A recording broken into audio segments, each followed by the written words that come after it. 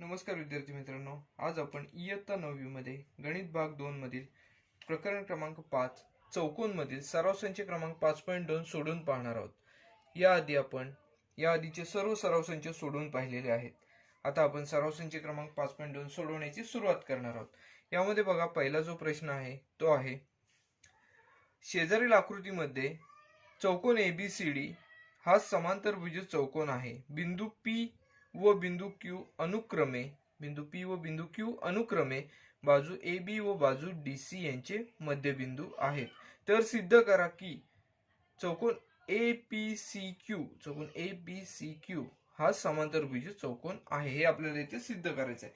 तत्पूर्वी आपल्याला दिलेले काय आहे, तर येथे बघा AB जो आहे त्याचा मध्यबिंदू P आहे. परिणामी आपल्याला AB आणि AP आणि PB हे जे आहेत ते समान मापाचे आहेत असे म्हणता येऊ शकते. त्याचबरोबर बघा, DC चा मध्यबिंदू येथे Q आहे. DC चा मध्यबिंदू Q आहे, म्हणजे DQ आणि QC यांचे माप येथे समान आहे. येथे आपल्याला असे म्हणता येऊ शकते. बघा, हे जे उदाहरण आहे ते येथे आपण सोडवण्याची सुरुवात करणार आहोत. बघा, सुरुवातीला आपल्याला आकृतीमध्ये हा जो सुरुवातीचा जो चौकोन दिलेला आहे तो चौकोन ABCD हा जो चौकोन दिलेला आहे तो समांतरभुज चौकोन आहे असे येथे दिलेले आहे. चौकोन ABCD हा समांतरभुज चौकोन आहे. समांतरभुज आहे. बघा, समांतरभुज चौकोन आहे असे आपल्याला चौकोन ABCD च्या बाबतीत दिलेले आहे. चौकोन ABCD हा समांतरभुज आहे हे आपल्याला इथे दिलेले आहे. त्यानंतर बघा, AB चा मध्यबिंदू P आहे. यामध्ये रेख AB चा मध्यबिंदू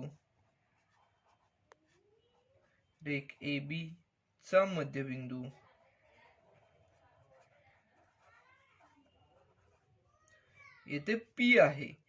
म्हणजेच बघा, P हा बिंदू जो आहे तो AB चे समान दोन भाग करतोय. म्हणजेच AP आणि PB हे दोन येथे समान भाग झालेले आहेत. म्हणजेच AP आणि PB बरोबर 1/2 AB हे आपल्याला इथे मिळताना दिसून येईल.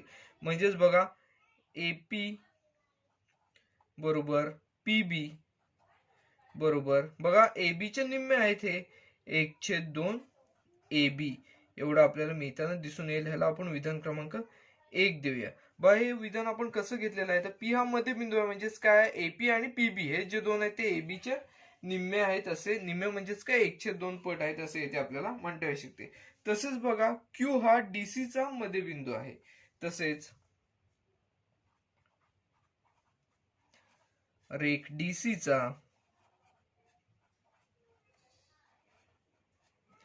बिंदू Q हा मध्यबिंदू आहे.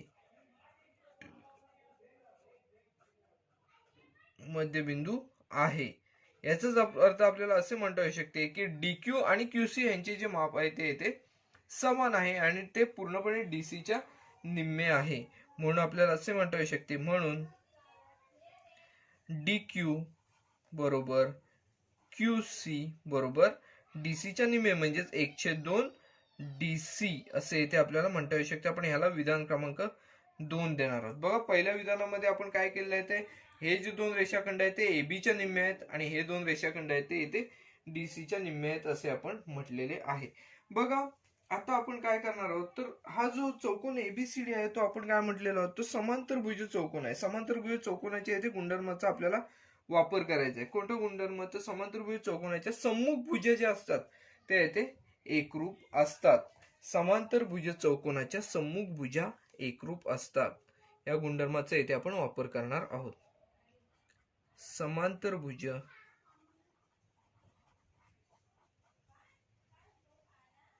चौकोनाच्या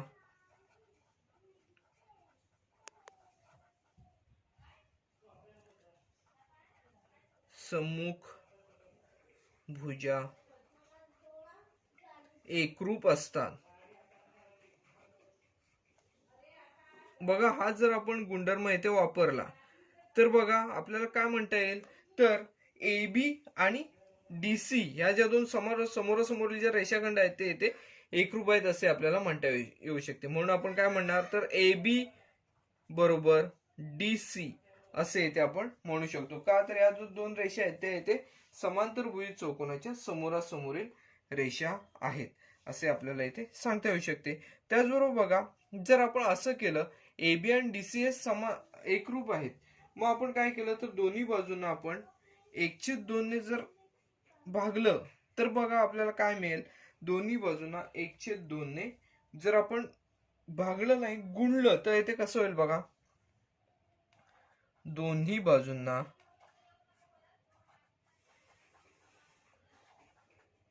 दोन्ही बाजूंना 1/2 ने गुणून बघा 1/2 ने जर गुणलं तर इथे काय मिळेल आपल्याला. AB च्या ठिकाणी 1/2 AB 1/2 AB बरोबर. तसंच DC ला पण आपण 1/2 ने जर गुणलं तर इथे काय मिळेल 1/2 DC. 1/2 AB बरोबर 1/2 DC. बघा इथे आपण पहिल्या विधानामध्ये 1/2 AB बरोबर काय घेतलेलं आहे AP आणि PB घेतलेला आहे. त्याचबरोबर दुसऱ्या विधानामध्ये 1/2 DC बरोबर DQ आणि QC हे घेतलेलं आहे. आपल्याला आता बघा APCQ हा जो चौकोन आहे तो येथे समांतरभुज चौकोन आहे हे दाखवायचं आहे. मग आपण काय घेऊया 1/2 AB च्या ऐवजी येथे AP या समांतरभुज चौकोन जो दाखवायचा आहे त्याची बाजू AP ही घेऊया. त्याचबरोबर 1/2 DC साठी या चौकोनाची दुसरी बाजू QC ही घेऊया. बघा मग आता विधान 1 व 2 वरून आपण पुढचं विधान घ्यायचं आहे. विधान 1 व 2 वरून विधान 1 व 2 वरून आपण असे म्हणणार आहोत 1/2 AB च्या ऐवजी आपण या चौकोनाची जी बाजू आहे AP घेणार आहोत. AP बरोबर बघा 1/2 DC ऐवजी या चौकोनाची दुसरी बाजू म्हणजे QC. AP बरोबर QC. याला विधान क्रमांक आपण येथे 3 देणार आहोत. बघा आता विधान क्रमांक तिसरे जे आपल्याला मिळालेले आहे त्यामध्ये आपण हा जो चौकोन आहे चौकोन APCQ याच्या समोरासमोरील जी बाजूंची एक जोडी आहे ती आपण येथे एकरूप दाखवलेली आहे. आता आपल्याला एकतर काय करावं लागेल, जी एकरूप बाजूंची जोडी आहे ती समांतर आहे असे दाखवावं लागेल किंवा दुसऱ्या बाजूंच्या दुसरी जी जोडी आहे बाजूंची ती येथे एकरूप दाखवावी लागेल. बघा आपण या आकृतीमध्ये हा जो चौकोन आहे चौकोन ABCD हा समांतरभुज दाखवलेला आहे. त्याचा अर्थ काय तर AB आणि DC या ज्या दोन रेषाखंड आहेत ते समांतर आहेत असे आपल्याला म्हणता येऊ शकते. तसेच बघा बघा इथे बाजू AB समांतर बाजू इथे आपल्याला DC असे इथे म्हणता येऊ शकते. कारण काय आहे तर ABCD हा पूर्णपणे चौकोन समांतरभुज चौकोन आहे. मग आता आपण AB च्या ऐवजी आपण AP जरी घेतले तरी सुद्धा चालू शकते. का तर AB वरीलच AP हा बिंदू आहे, P हा बिंदू आहे, म्हणून आपण बाजू AP बरोबर बाजू CQ किंवा QC हे दाखवू शकतो. म्हणून बाजू कोणती आहे तर AP समांतर बाजू CQ किंवा QC असे इथे म्हणू शकतो. याला कारण आपण काय देणार आहोत तर बघा हे जे आहेत ते तीन बिंदू AB वरचा AP ऐवजी आपण AB ऐवजी आपण AP घेतलेला आहे. कारण काय आहे तर APB हे जे तीन बिंदू आहेत ते एक रेषीय बिंदू आहेत. A', P', B हे जे तीन बिंदू आहेत ते एक रेषीय आहेत. त्याचबरोबर आपण QC का घेतलेला आहे तर DC ऐवजी QC घेतलेला आहे. कारण DQC हे एक रेषीय बिंदू आहे. D', Q', C याचा अर्थ काय होतो की हे जे तीन बिंदू आहेत ते एक रेषीय बिंदू आहेत. बघा आपल्याला इथे काय दिसत आहे तर पहिल्या विधानामध्ये आपण AP आणि विधान क्रमांक 3 मध्ये AP आणि QC हे जे दोन रेषाखंड आहेत ते एकरूप आहेत असं दाखवलं. त्याचबरोबर ह्या विधानामध्ये आपण इथे काय दाखवलेलं आहे, या विधानाला आपण विधान क्रमांक 4 देऊया. बघा विधान क्रमांक येथे आपण 4 दिलेला आहे. विधान क्रमांक 3 मध्ये हे दोन रेषाखंड येथे एकरूप आहेत असं दाखवलं. विधान क्रमांक 4 मध्ये आपण हेच दोन रेषाखंड येथे समांतर आहेत असे येथे दाखवलेलं आहे. म्हणजेच काय, जे दोन रेषाखंड ज्या एका चौकोनाचे दोन रेषाखंड एकरूप त्याचबरोबर समांतर आहेत, म्हणजेच आपल्याला असे म्हणता येऊ शकते की हा जो चौकोन आहे तो समांतरभुज चौकोन आहे. म्हणजेच आपण येथे असे लिहिणार चौकोन APCQ मध्ये सम्मुख बाजू ज्या आहेत AP आणि QC या एकरूप आहेत, त्याचबरोबर समांतर सुद्धा आहेत. बघा एपी आणि सीक्यू ह्या दोन रेषाखंड येथे एकरूप सुद्धा आहेत आणि येथे आपण समांतर सुद्धा आहेत असे येथे म्हणत आहोत. त्यामुळे आपल्याला असे म्हणता येऊ शकेल की चौकोन एपीसीक्यू हा समांतरभुज चौकोन आहे. बघा विधान 3 व 4 वरून, बघा विधान 3 व 4 वरून येथे आपण असे म्हणणार आहोत. बघा विधान 3 मध्ये आपण काय दाखवलेलं आहे, चौकोन एपीसीक्यू चे चौकोन एपीसीक्यू च्या सम्मुख बाजू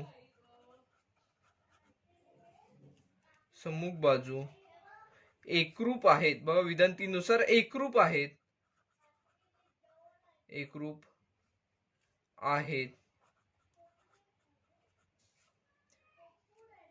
आणि विधान 4 नुसार आपण काय म्हटलेलं आहे, त्याच बाजू एपी आणि सीक्यू त्याच बाजू समोरासमोरील सम्मुख बाजू ज्या आहेत त्या एकरूप आहेत आणि समांतर आहेत.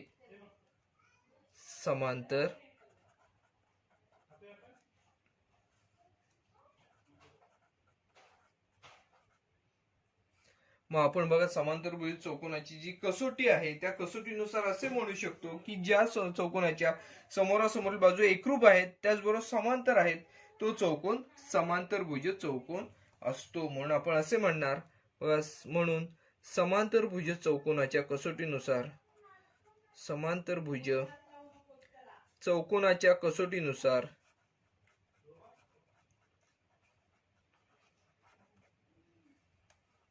समांतरभुज चौकोनाच्या कसोटीनुसार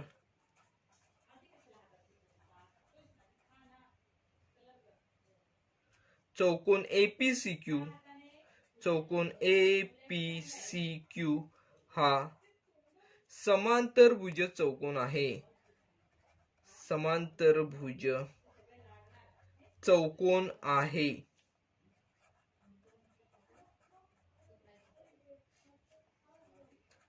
हेच आपल्याला इथे सिद्ध करायचे होते. चौकोन एपीसीक्यू हा येथे समांतरभुज चौकोन आहे हे आपल्याला इथे सिद्ध करायचे होते. त्यानुसार आपण हे सिद्ध केलेले आहे. यामध्ये आपण काय केले तर समांतरभुज चौकोनाच्या गुणधर्मांचा इथे वापर केलेला आहे. बघा सुरुवातीला आपल्याला एबीसीडी हा जो चौकोन आहे तो येथे समांतरभुज चौकोन आहे असे येथे सांगितलेले होते. त्यानुसार आपण काय केले तर एबी आणि सीडी हे दोन रेषाखंड चौकोनाचे या सम्मुख रेषाखंड आहेत ते एकरूप असणार आहेत त्या गुणधर्माचा इथे वापर केला.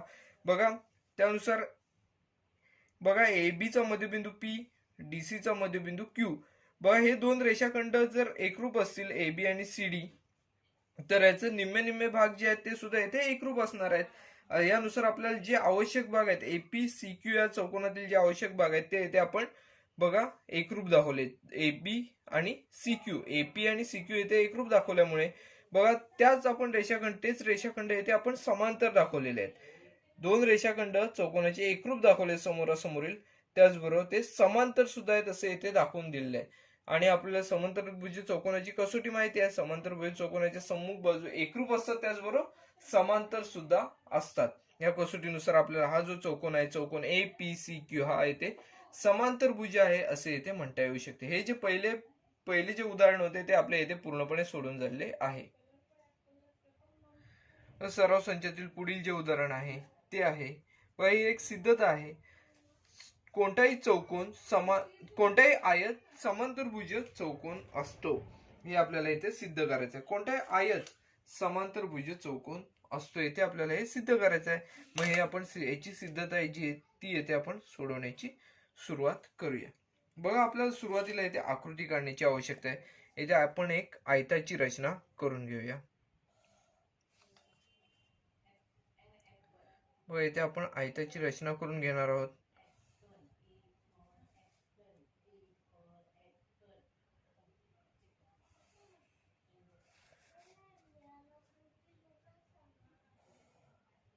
हा एक आपण इथे आयत काढलेला आहे. आयताविषयी आपल्याला गुणधर्म माहिती आहेत. आयताचे सर्व कोन काटकोन असतात. आपण आयताला काटकोन चौकोन असेही येथे म्हणतो, कारण आयताचे सर्व कोन जे असतात ते इथे काटकोन असतात. या चौकोनाला आपण नाव देतोय पी क्यू आर एस. बघा आता ही सिद्धता आहे म्हटल्यावर यामध्ये पक्ष येणं पक्ष, साध्य आणि सिद्धता ह्या तिन्ही घटक येणं येथे आवश्यक आहेत. पण इथे आपल्याला काय दिसत आहे, तर इथे आपल्याला काहीच दिसत नाही. हा एक चौकोन दिसत आहे, हा आयत हा एक चौकोन दिसत आहे. मग इथे आपण पक्ष लिहिणार. बघा, पक्ष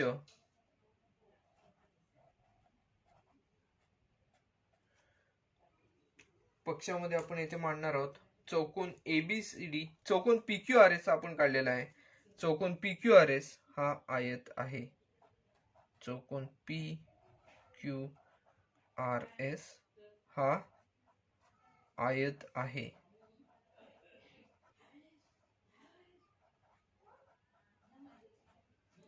चौकोन PQRS हा आयत आहे असे आपण येथे पक्षामध्ये मांडलेले आहे.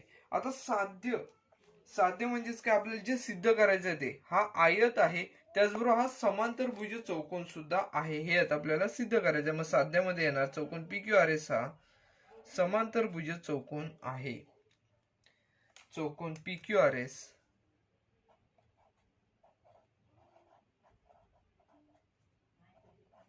हा समांतरभुज चौकोन आहे.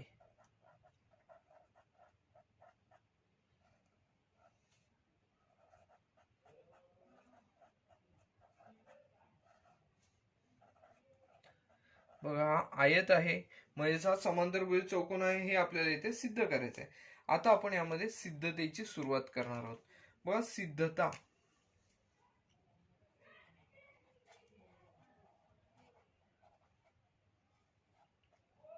बघा, आपल्याला आयताचे गुणधर्म माहिती आहेत.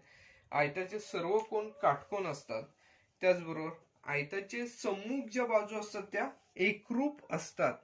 आता ह्याच गुणधर्माचा इथे आपल्याला वापर करायचा आहे. आयताच्या सम्मुख भुजा एकरूप असतात. बघा, सुरुवातीलाच आपण लिहिलेलं आहे चौकोन PQRS हा येथे आयत आहे. मग आपण या पक्षानुसार इथे आपण हे परत एकदा वाक्य लिहूया. चौकोन PQRS हा आयत आहे.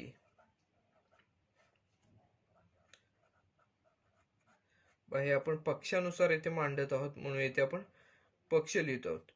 पक्षानुसार आपण आयत हा चौकोन PQRS हा आयत आहे ते आपण असे म्हटले, परंतु आपल्याला गुणधर्म आयताचा माहिती आहे की आयताच्या सम्मुख बाजू असतात त्या एकरूप असतात. मग हा गुणधर्मानुसार आपण बघा, येथे आपण PS आणि QR ह्या एकरूप आहेत असे म्हणू शकतो. त्याचबरोबर PQ आणि SR ह्या एकरूप आहेत असे येथे म्हणू शकतो. बघा, मग आपण हा गुणधर्म आधी लिहूया. आयताच्या सम्मुख भुजा एकरूप असतात. सम्मुख भुजा एकरूप असतात.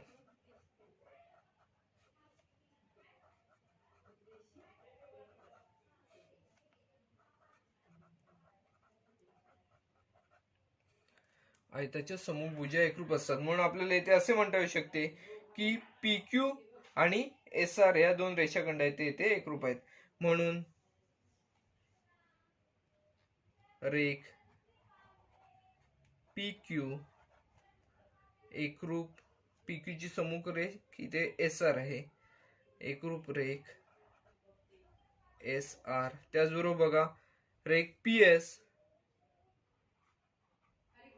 आणि इथे आपण असे म्हणणार रेख PS एकरूप रेख. बघा, PS ही रेख जी आहे त्या समोरची रेख आहे QR. P1 एकरूप रेख QR. आता बघा, आपण येथे समांतरभुज चौकोनाचा जो गुणधर्म आहे तो सुद्धा असेच सांगतो की समांतरभुज चौकोनाच्या सम्मुख ज्या बाजू असतात त्या येथे एकरूप असतात. मग आपण आयतामध्ये सुद्धा या दोन समोरासमोर बाजू जर एकरूप दाखवल्या असतील तर हा आयत जो आहे तो सुद्धा येथे समांतरभुज चौकोन आहे असे येथे आपल्याला म्हणता येऊ शकते. म्हणून आता आपण असे म्हणणार की समांतरभुज चौकोनाच्या कसोटीनुसार, म्हणून समांतरभुज चौकोनाच्या कसोटीनुसार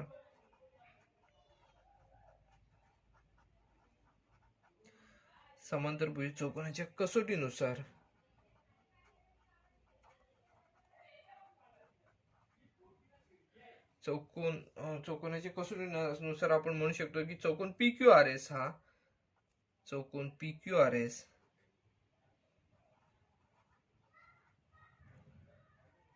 हा समांतरभुज चौकोन आहे. समांतरभुज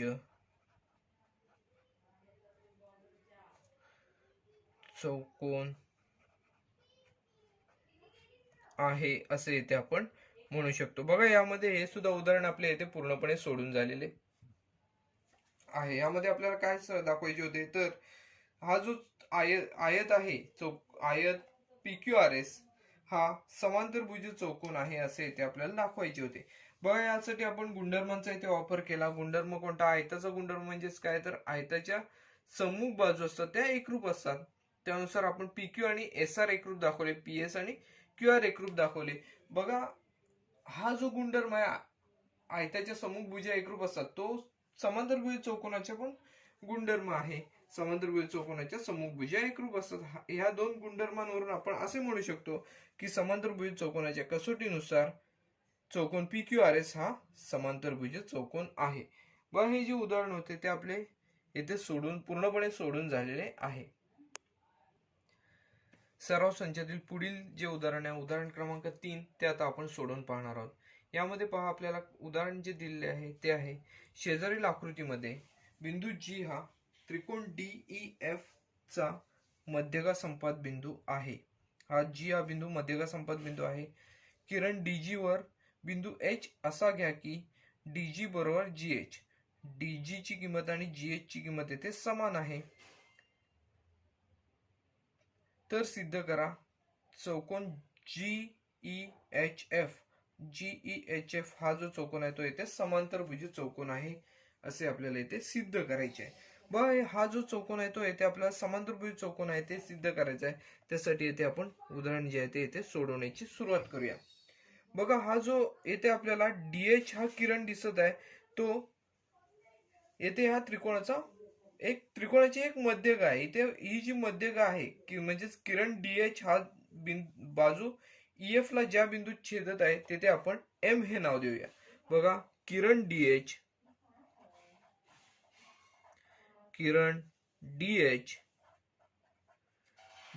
हा बाजू EF ला ज्या बिंदूत छेदतो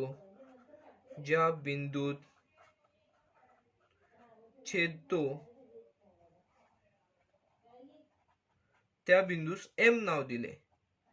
त्या बिंदूस M नाव दिले.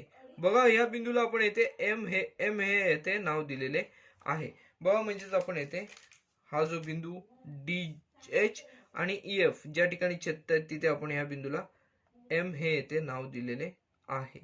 बघा हा बिंदू M आहे. बघा आता आपल्याला काय माहिती आहे तर DM ही येथे मध्यगा आहे आकृतीमध्ये किंवा त्रिकोण DEF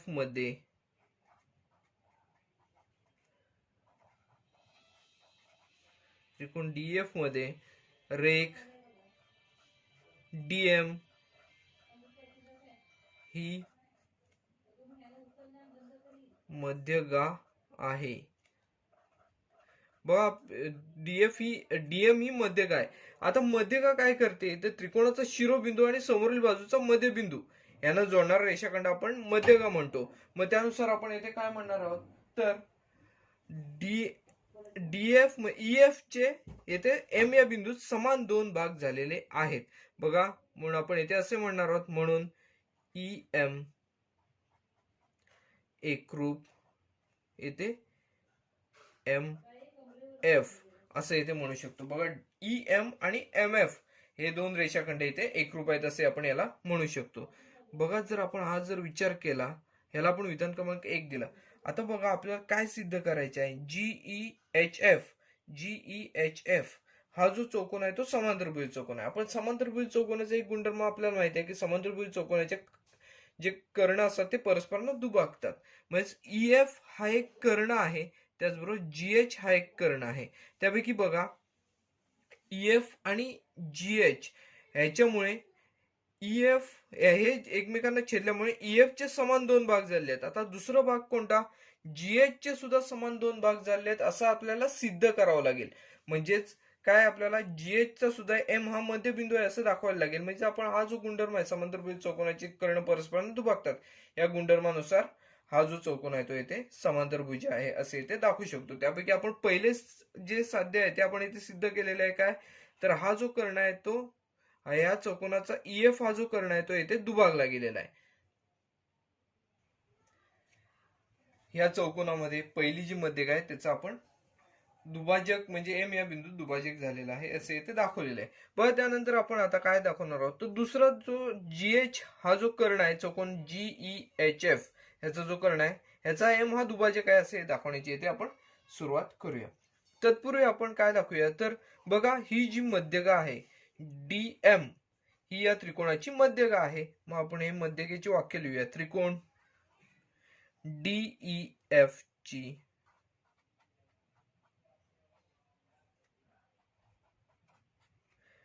रेख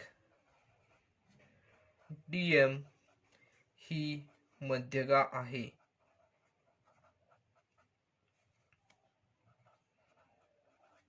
व DM ही येथे मध्यका आहे आणि G हा मध्यका संपात बिंदू आहे. आणि G हा मध्यका संपात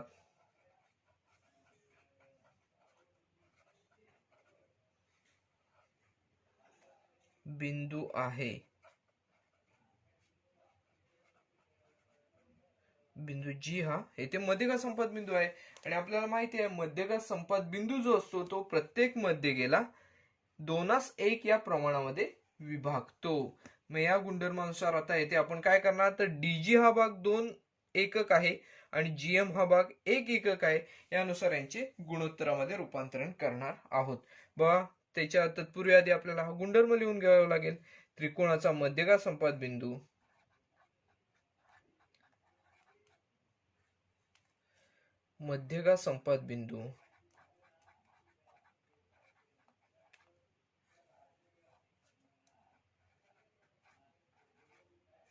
प्रत्येक मध्यकेला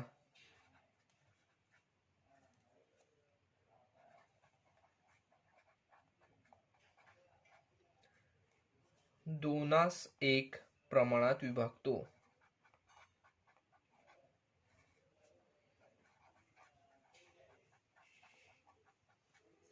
2:1 प्रमाणामध्ये विभागतो. बघा आता इथे काय दिलेलं आहे आपल्याला, तर म्हणून आपण काय म्हणणार, तर DG छेद GM बरोबर 2/1 असे इथे म्हणणार आपण. बघा म्हणून DG छेद GM बरोबर 2/1 अशा स्वरूपात येथे आपण म्हणणार आहोत. बघा या गुणोत्तराची येथे समानपट आपण X आहे असे येथे समजूया. बघा समजा या गुणोत्तराची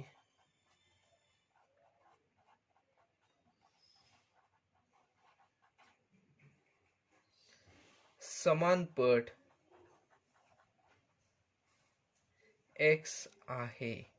व या जर गुणोत्तराची समानपट X आहे तर येथे आपल्याला DG चे जे माप आहे ते आपल्याला म्हणून किती मिळेल बघा. म्हणून DG बरोबर 2 गुणिले X म्हणजे 2X मिळेल आणि GM बरोबर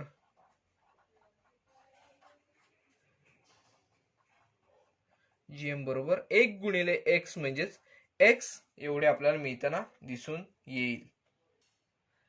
ह्याला आपण विधान क्रमांक 2 देणार आहोत. बघा विधान क्रमांक 1 इथे आहे आणि विधान क्रमांक 2 इथे दिलेले आहे. बघा आपण जर उदाहरणामध्ये पाहिलं तर DG आणि GH म्हणजे DG आणि GH ह्यांचे जे माप आहे ते इथे आपण समान घेतलेले आहे.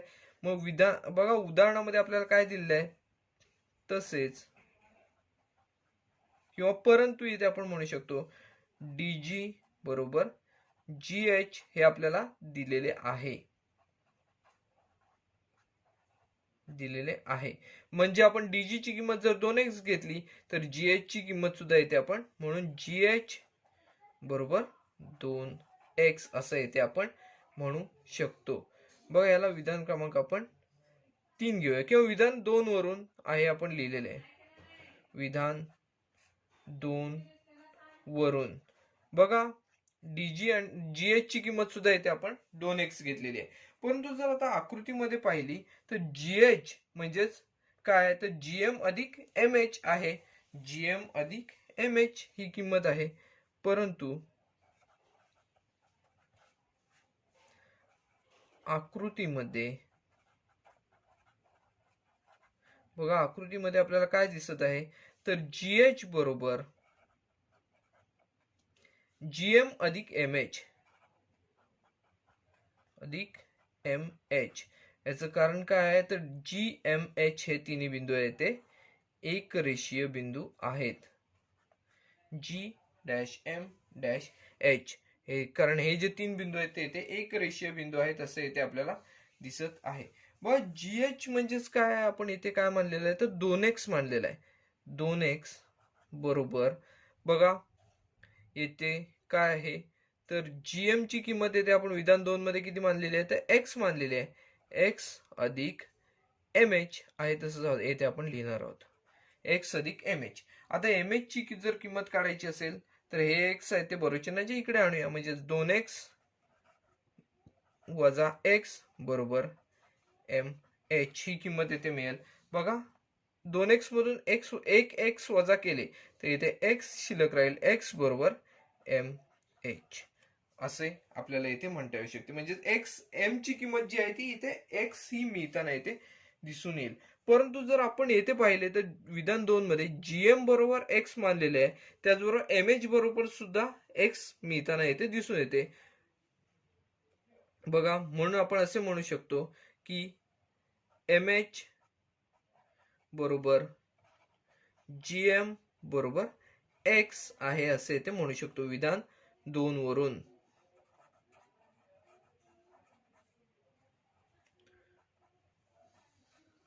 विधान 2 वरून आपण येथे म्हणू शकतो काय, तर एम एच ची किंमत येते एक्स मिळालेली आहे, जीएम ची पण किंमत येते आपण एक्स घेतलेली आहे, म्हणजे एम एच बरोबर जीएम बरोबर एक्स ही किंमत येते आपल्याला मिळताना दिसून येईल. म्हणजेच बघा, जीएम आणि एम एच हे येते आपल्याला एकरूप आहेत असे येते मिळताना दिसून येते. म्हणून आपण काय म्हणणार, तर जीएम बरोबर एकरूप एम एच बरोबर न लिहिताना आपण एकरूप लिहिलेलं आहे. ह्या विधानाला आपण विधान क्रमांक 3 देणार आहोत. बघा, आता विधान 3 जे आहे ते पाहिले आणि विधान 1 जर पाहिले, विधान 1 मध्ये आपण काय दाखवलेलं आहे, चौकोन जीईएचएफ ह्याचा कर्ण जो आहे तो ईएफ हा कर्ण एम या बिंदूत दुभागलेला आहे. म्हणजेच ईएम आणि एम एफ हे दोन येथे भाग जे झाले ते समान आहेत असे येथे दाखवलेलं आहे. आणि आता विधान 3 मध्ये आपण काय दाखवलेलं आहे, हा जो कर्ण आहे जीएच हा कर्ण आहे, त्यामध्ये बघा जीएम आणि एम एच हे जे दोन भाग आहेत या कर्णाचे, ह्या दुभाजकामुळे या बिंदू एम मुळे झालेले जे दोन भाग आहेत ते येथे आपल्याला समान दिसत आहेत. याचा अर्थ असं दिसून येतोय की बिंदू एम हा जो आहे तो ह्या दोन कर्णांचा दुभाजक आहे. याचाच अर्थ काय दिसून येतोय, तर ईएफ हा कर्ण जीएफ या कर्णाला दुभागतो किंवा हे दोन्ही कर्ण परस्परांना दुभागतात असे आपल्याला इथे दिसून येते. मग विधान 1 व 3 वरून असे आपण लिहिणार, विधान 1 व 3 वरून, विधान 1 व 3 वरून बघा,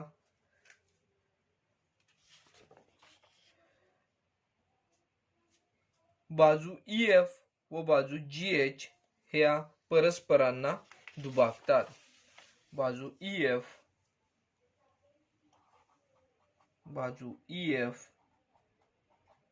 व बाजू जीएच परस्परांना दुभागतात. बाजू ईएफ व बाजू जीएच या परस्परांना या आकृतीमध्ये दुभागताना दिसून येते. परंतु जर विचार केला तर चौकोन जीईएचएफ ह्याच्या जो दोन बाजू आहेत त्या दोन्ही बाजू येथे कर्ण आहेत असे येथे आपल्याला दिसून येते. परंतु चौकोन GEHF चे कर्ण बाजू, कर्ण हे बाजू EF व बाजू GH ह्या आहेत. बघा, किंवा आपण हे वाक्य असं लिहू शकतो की किंवा परंतु बाजू EF व बाजू GH च्या चौकोन GEHF च्या कर्ण आहेत. मग आता कर्ण हे दोन EF आणि GH चे दोन कर्ण आहेत आणि ते परस्परांना दुभागतात. मग त्यानुसार आपल्याला असे म्हणता येऊ शकते की समांतरभुज चौकोनाच्या कसोटीनुसार समांतरभुज चौकोनाच्या कसोटीनुसार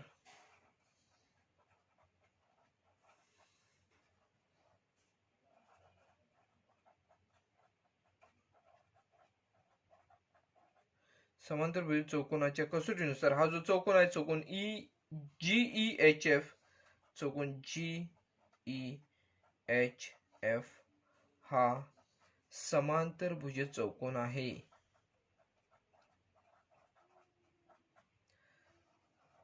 समांतरभुज चौकोन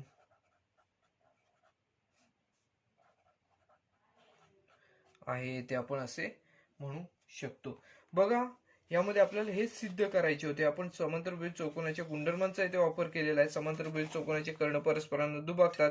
या गुणधर्मानुसार आपण काय दाखवलेले आहे बघा, EF आणि GH हे परस्परांना M बिंदू मध्ये दुभागतात असे दाखवले. म्हणजेच काय, सुरुवातीला आपण EM आणि MF हे सुरुवातीला एकरूप दाखवले आणि त्यानंतर GM आणि MH हे येथे एकरूप दाखवले आहेत. म्हणजे या दोन्ही रेषाखंडांचे म्हणजे चौकोन GEHF च्या संदर्भात या दोन्ही कर्णांचा M हा मध्यबिंदू आहे. म्हणजेच परस्परांना हे दुभागत असताना असल्याचे येथे दिसून येत आहे. परिणामी समांतरभुज चौकोनाच्या कसोटीनुसार आपण असे म्हणू शकतो की चौकोन GEHF हा येथे समांतरभुज चौकोन आहे. व हे जे उदाहरण आहे ते आपले येथे पूर्णपणे सोडून झालेले आहे. व हे जे उदाहरण आहे ते थोडे विचार करून सोडवण्यासारखे उदाहरण होते, ते आपले येथे पूर्णपणे सोडून झालेले आहे. व आता आपण सराव संचातील पुढील उदाहरणाकडे वळणार आहोत. सराव संचातील चौथे उदाहरण आहे, समांतरभुज चौकोनाच्या चारी कोनांच्या दुभाजकांमुळे तयार झालेला आयत असतो. तयार झालेला जो चौकोन असतो तो येथे आयत असतो, हे येथे आपल्याला सिद्ध करायचं आहे. व येथे आपल्याला आकृती सुद्धा देण्यात आलेली आहे. आकृतीमध्ये बघा, चौकोन ABCD हा येथे समांतरभुज चौकोन दिलेला आहे. त्याचबरोबर बघा, कोन A जो आहे त्या कोन A चा येथे AS हा किरण AS हा दुभाजक आहे. कोन D चा येथे DS हा कोन जो आहे DS हा जो किरण आहे तो येथे दुभाजक आहे. कोन C चा बघा CQ हा दुभाजक आहे. त्याचबरोबर कोन B चा BQ हा जो किरण आहे तो येथे दुभाजक आहे. ते येथे आपण येथे मांडण्याची सुरुवात करूया. बघा, चौकोन चौकोन ABCD हा जो आहे तो येथे आपल्याला समांतरभुज चौकोन आहे. हे आपण येथे लिहिणार पक्षामध्ये. चौकोन ABCD हा समांतरभुज चौकोन आहे. समांतरभुज चौकोन आहे.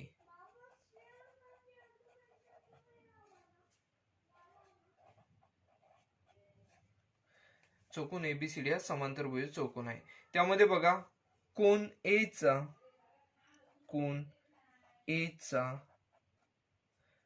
किरण AS दुभाजक आहे. बघा, येथे कोन B चा किरण BQ, कोन B चा किरण BQ दुभाजक आहे.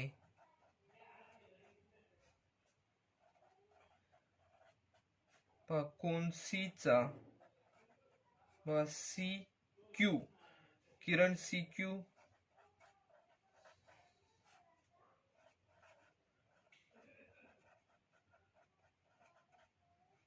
दुभाजक आहे. आणि कोन D चा किरण DS दुभाजक आहे. कोन D चा किरण DS दुभाजक आहे. बघा हे जे आहे ते आपण येथे लिहिलेले आहे. पक्ष थोडे मोठे झाल्यासारखे दिसत आहे. आपण यामध्ये असे न लिहिता अशा स्वरूपात लिहिले, कोण ABCD, कोण A, कोण B, कोण C आणि कोण D यांचा अनुक्रम आहे.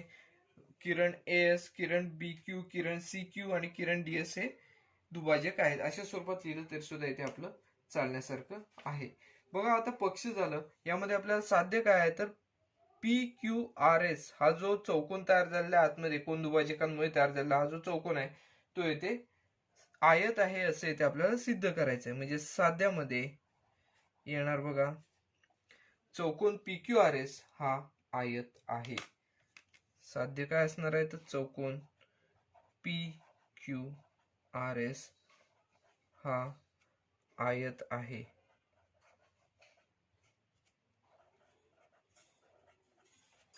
मग पक्ष झालं, साध्य झालं. आता आपल्याला सिद्धतेकडे वळावं लागणार. बघा हे जे उदाहरण आहे याच्यामध्ये आपल्याला हा जो PQRS हा आयत आहे दाखवण्यासाठी आपल्याला आयताच्या गुणधर्मांपैकी कोणता तरी गुणधर्म यामध्ये आहे असे आपल्याला दाखवायला लागेल. एकतर PQSR हे एकरूप आहेत, PSQR हे एकरूप आहेत, म्हणजेच आयताच्या सम्मुखभुजा एकरूप आहेत असे दाखवायला लागेल, किंवा चारही कोण येथे आहेत जे ते काटकोन आहेत असे आपल्याला इथे दाखवावे लागणार आहे. मग त्यानुसार आपण इथे सिद्धता सोडवण्याची सुरुवात करूया. बस सिद्धता येथे आपण सोडवण्याची सुरुवात करणार आहोत. बस आकृतीमध्ये विचार केला तर बघा चौकोन ABCD हा येथे समांतरभुज चौकोन आहे असं आपण येथे सुरुवातीला मांडलेले आहे. बघा समांतरभुज चौकोनाचे लगतचे जे कोन असतात ते परस्परांचे पूरक कोन असतात. मग पूरक कोन असतात म्हणजे लगतच्या कोनांच्या मापांची बेरीज येते 180 अंश असते. बघा समांतरभुज चौकोनाचे लगतचे कोन परस्परांचे पूरक कोन असतात आणि ते पूरक कोन असतात म्हणजेच काय, त्यांच्या मापांची बेरीज येते 180 अंश असते हे आपल्याला माहित आहे. मग त्यानुसार येथे आपण सोडवण्याची सुरुवात करूया. बघा आकृतीमध्ये किंवा चौकोन ABCD हा समांतरभुज चौकोन आहे.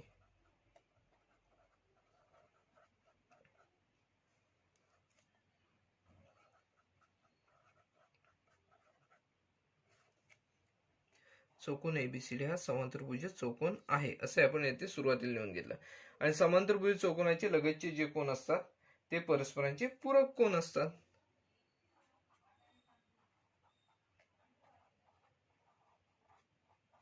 समांतरभुज चौकोनाचे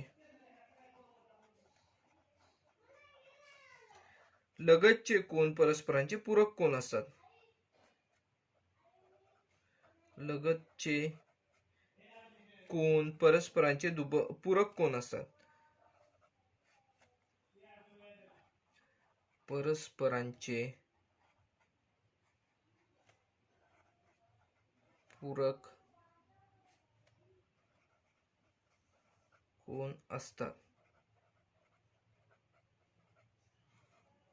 बस समांतरभुज चौकोनाचे लगतचे कोन जे असतात ते परस्परांचे पूरक कोन असतात. त्यानुसार आपण काय म्हणणार, कोन BAD आणि कोन ADC बरोबर 180 अंश असे आपण म्हणणार आहोत. कोन म्हणून कोन BAD अधिक कोन ADC बरोबर 180 अंश. याला आपण विधान क्रमांक 1 देऊया. बघा याला आपण विधान क्रमांक 1 दिलेला आहे. आता आपण काय म्हटलेलं आहे बघा, येथे जो कोन A चा दुभाजक AS दाखवलेला आहे, त्याचबरोबर कोन D चा दुभाजक DS हा येथे आपण दाखवलेला आहे. बघा आकृतीमध्ये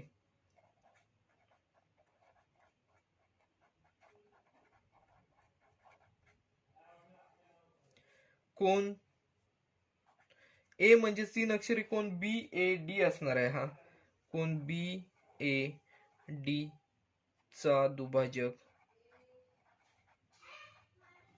दुभाजक जो आहे तो इथे बघा किरण AS आहे. AS आहे व कोन ADC चा दुभाजक बघा एडीसीचा दुभाजक डीएस हा आहे. किरण डीएस आहे. मग बघा डीएस आहे, मग त्यानुसार आपण काय करणार, तर बघा कोण, बघा हा जो दुभाजक झाल्यामुळे काय होणार आहे, ए बी डी चा दुभाजकामुळे हे जे दोन कोण तयार झालेले आहेत, इथे जो तयार झालेला कोण आहे त्याचबरोबर इथला जो कोण आहे, हे दोन्ही कोण समान मापाचे असणार आहे. त्याचबरोबर डीएस हा कोण ए डी सी चा दुभाजक असल्यामुळे इथे जे तयार झालेले हे जे दोन कोण आहेत तेही समान मापाचे असणार आहेत. म्हणजेच बघा एडीबी, बघा इथे आपल्याला डी बी ए डी च इथे आपल्याला निम्म म्हणजेच काय मिळेल, आपल्याला कोण एस ए डी हा मिळताना इथे दिसून येईल. त्याचबरोबर एडीसी चा निम्मा काय असेल तर एस डी ए हा इथे मिळताना दिसून येईल. म्हणजेच बघा आता आपण या त्रिकोणाच्या बाबतीत विचार करूया. त्रिकोण एस ए डी मध्ये बघा कोण एस ए डी, कोण एस ए डी अधिक कोण एस डी ए बरोबर काय असणार आहे, तर बघा इथे एस ए डी आणि एस डी ए, बघा एस ए डी हा जो कोण आहे तो बी ए डी चा दुभाजक आहे, निम्मा कोण आहे. म्हणजेच काय असणार आहे तर 1/2 कोण बी ए डी अधिक, आता बघा एस डी ए हा जर कोणाचा विचार केला तर आपण ए डी सी या कोणाचा निम्मा कोण आहे, अधिक 1/2 कोण ए डी सी अशा स्वरूपात मिळताना येथे दिसून येईल. मग बघा आपण हे जे आहेत या दोन्ही ठिकाणी येते 1/2 आपल्याला मिळताना येथे दिसून येत आहेत. मग आता आपण काय करूया तर 1/2 सामायिक घेऊया आणि हे सोडून पाहूया. बघा म्हणून कोण, बघा इकडची जी बाजू आहे ती आपण आहे तशीच लिहूया, कोण एस ए डी अधिक कोण एस डी ए बरोबर 1/2 गुणिले कंसामध्ये बघा कोण बी ए डी अधिक कोण ए डी सी. बघा हे जे दोन कोण आहेत त्यामध्ये आपण 1/2 बाहेर काढल्यामुळे इथे काय मिळालं, बीएडी आणि एडीसी यांची बेरीज जी आहे ती इथे कंसामध्ये मिळताना दिसून आलेली आहे. बघा म्हणून आता विधान 1 चा आपण विचार केला तर बीएडी आणि एडीसी या दोन कोणांच्या मापांची बेरीज येते आपण 180 अंश दाखवलेली आहे. मग आपण येथे त्यानुसार लिहिणार आहोत कोण एस ए डी अधिक कोण एस डी ए बरोबर 1/2 गुणिले या कंसाची किंमत आपल्याला किती मिळालेली आहे तर 180, कारण बीएडी आणि एडीसी या दोन कोणांच्या मापांची बेरीज येते 180 आहे. बघा कोण एस ए डी म्हणजे हा कोण आणि कोण एडीसी म्हणजे इथला कोण, या दोन्ही कोणांच्या मापांची बेरीज काय 1/2 गुणिले 180 आहे. मग बघा आपण ही क्रिया जी आहे 180 ला 2 ने भागावं लागणार आहे, ती क्रिया इथे करूया. कोण एस ए डी अधिक कोण एस डी ए बरोबर 180 ला 2 ने भागलं तर इथे आपल्याला 90 अंश मिळताना येते दिसून येईल. बघा दोन कोणांच्या मापांची बेरीज येते 90 अंश आहे. याला विधान क्रमांक आपण 1 झालेला आहे म्हटल्यावर इथे 2 देऊया.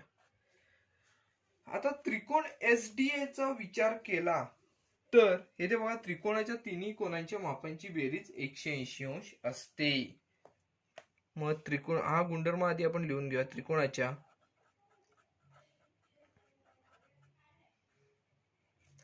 सर्व किंवा तिन्ही कोणांच्या मापांची बेरीज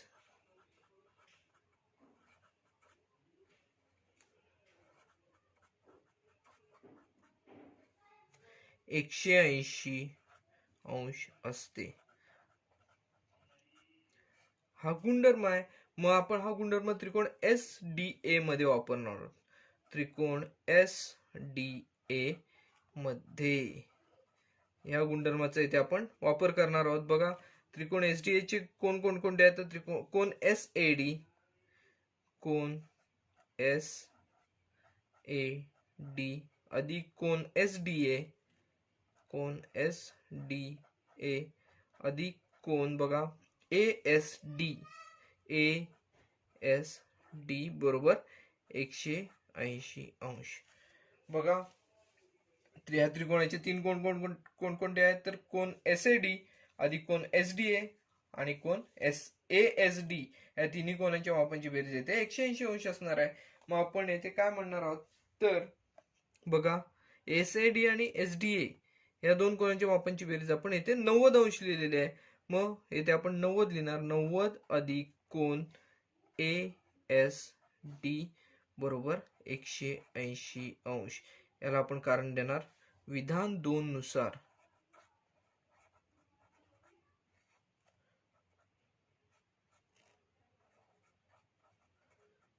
बघा विधान 2 नुसार आपण हे वाक्य लिहिलेलं आहे की कोण बघा 90 अंश अधिक कोण एसएडी बरोबर 180 अंश. मग हे जे 90 आहे ते बरोबर चिन्हाचे आपण पलीकडे नेऊया, म्हणजेच काय होईल बघा, हे धन 90 आहेत ते बरोबर चिन्हाच्या पलीकडे जाऊन ऋण 90 होतील. मग आपल्याला कोण एएसडी चे येथे माप मिळेल, म्हणजे हा जो कोण आहे त्याचे येथे आपल्याला माप मिळेल.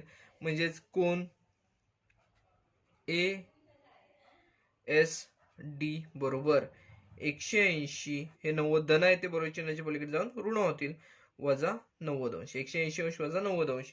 मग बघा कोण एएसडी चे माप येते आपल्याला 180 मधून 90 वजा केले तर येथे 90 अंश मिळताना दिसून येईल. म्हणून कोण एएसडी बरोबर 90 अंश. बघा हा जो कोण आहे तो इथे आपल्याला एएसडी हा जो कोण आहे इथला तो आपल्याला 90 अंशाचा मिळताना दिसून येतोय. 90 अंशाचा म्हणजेच काय, हा जो कोण आहे तो काटकोन आहे. काटकोन आहे बघा, हा कोण एक काटकोन मिळालेला आहे. आपल्याला आता काय करायचं आहे, तर हा इथला कोण काटकोन आहे बाहेरचा म्हटल्यावर त्याचा विरुद्ध कोण ह्या आयताचा नाही आपण म्हणू शकत, आयत आहे असे आपल्याला सिद्ध करायचं आहे. म्हणजे हा आतला जो चौकोन आहे या चौकोनाचा विरुद्ध कोण आहे. चौकोनाचा इथला कोण आहे तो कोण आणि इथला आपल्याला मिळालेला एसडी हा कोण आहे तो परस्परांचे विरुद्ध कोण आहेत, ते आपण 90 अंश मापाचे येथे दाखवू शकतो. म्हणून आपण येथे दाखवणार कोण एएसडी बरोबर कोण पीएसआर.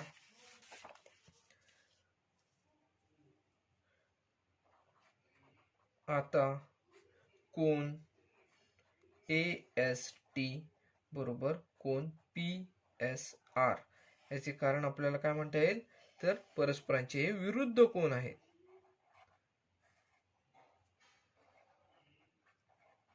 हे जे दोन कोण आहेत ते परस्परांचे विरुद्ध कोण आहेत. त्यापैकी एएसडी चे माप जर आपल्याला 90 अंश मिळालेले असेल तर म्हणून आपण कोण पीएसआर चे माप आपण जे आहे ते 90 अंश आहे असे येथे म्हणू शकतो.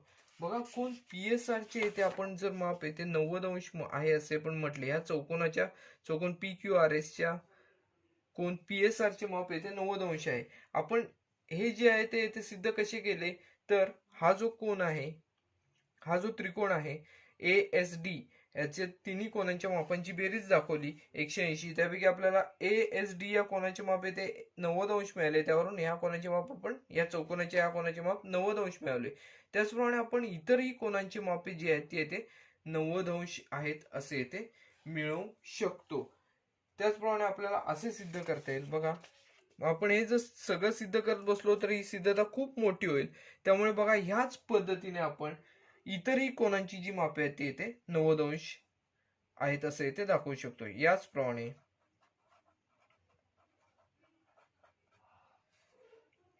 बघा आपल्याला हे सिद्ध करता येईल की कोण पी क्यू आर बरोबर कोण क्यू आर एस बरोबर कोण एस पी क्यू बरोबर 90 अंश.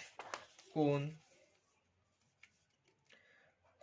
क्यू पी आर कोण क्यू पी आर नाही क्यू पी एस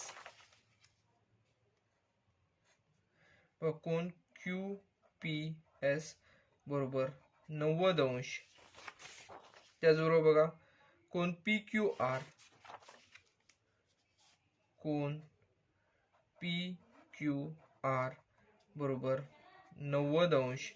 आणि तिसरं काय आहे, कोण क्यू आर एस बरोबर 90 अंश. कोण क्यू आर एस बरोबर 90 अंश हे सिद्ध करता येईल. बघा ह्या जर सिद्ध करता येईल. बघा ह्या सगळ्या विधानांना आपण इथे क्रमांक देऊया. बघा हे जे विधान आहे त्याला आपण आपल्या ह्याच्यातील जो 2 विधाने झालेली आहेत याला आपण तिसरा विधानाचा क्रमांक देऊया.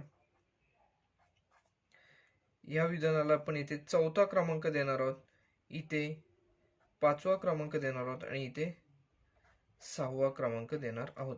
बघा विधान 3, 4, 5 आणि 6 यांचा जर विचार केला तर इथे तिसरा क्रमांक देता येणार नाही. इथे आपण PSR ला इथे तिसरा क्रमांक देऊया, कारण हा जो ASD आहे तो या चौकोनाचा कोन नाही.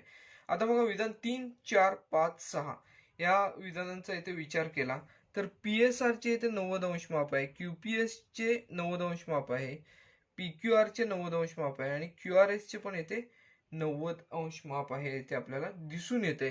म्हणजे आपल्याला हे सिद्ध यावरून आपण असे म्हणू शकतो की विधान 3, 4, 5, 6 वरून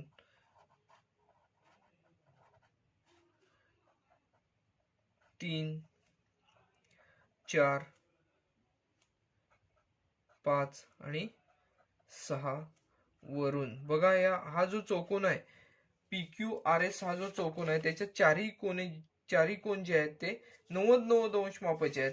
यावरून आपण असे म्हणू शकतो की चौकोन PQRS हा आयत आहे, असे आपण इथे सिद्ध करू शकतो. बघा या सिद्धतेमध्ये आपण काय दाखवलेले आहे तर चौकोनाच्या हा जो चौकोन आहे PQRS या चौकोनाचे चारही कोन जे आहेत ते 90 मापाचे आहेत, 90 अंश मापाचे आहेत. परिणामी हा जो चौकोन आहे तो काटकोन चौकोन किंवा आयत आहे असे इथे आपण म्हणू शकतो. बघा हे जे उदाहरण आहे ते सुद्धा आपल्या इथे पूर्णपणे सोडून झालेले आहे. या उदाहरणामध्ये आपण विविध गुणधर्मांचा इथे वापर केलेला आहे.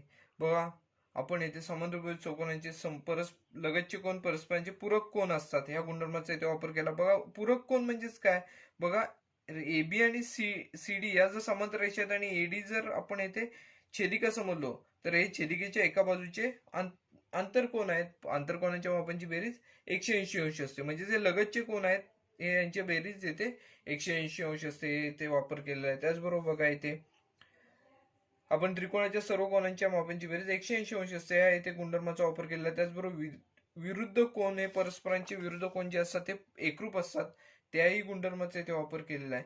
बघा भूमितीमधील म्हणजे गणित भाग 2 मधील कोणतेही उदाहरण जर सोडवायचे म्हटले त्यामध्ये आपल्याला विविध प्रकारचे जे गुणधर्म आहेत हे गुणधर्म लक्षात असणे इथे खूपच गरजेचे आहे. बघा हे जे उदाहरण आहे ते आपले पूर्णपणे सोडून झालेले आहे. सराव संचामध्ये अजून एक उदाहरण उरलेले आहे, ते उदाहरण याच अनुषंगाने आपण सोडवायचे आहे. हा व्हिडिओ आपण इथेच थांबवत आहोत. व्हिडिओ आवडला असल्यास व्हिडिओ लाईक करा, व्हिडिओ जास्तीत जास्त शेअर करा जेणेकरून बऱ्याच विद्यार्थ्यांना या व्हिडिओचा फायदा घेता येऊ शकतो. चॅनल सबस्क्राईब करायला विसरू नका. धन्यवाद.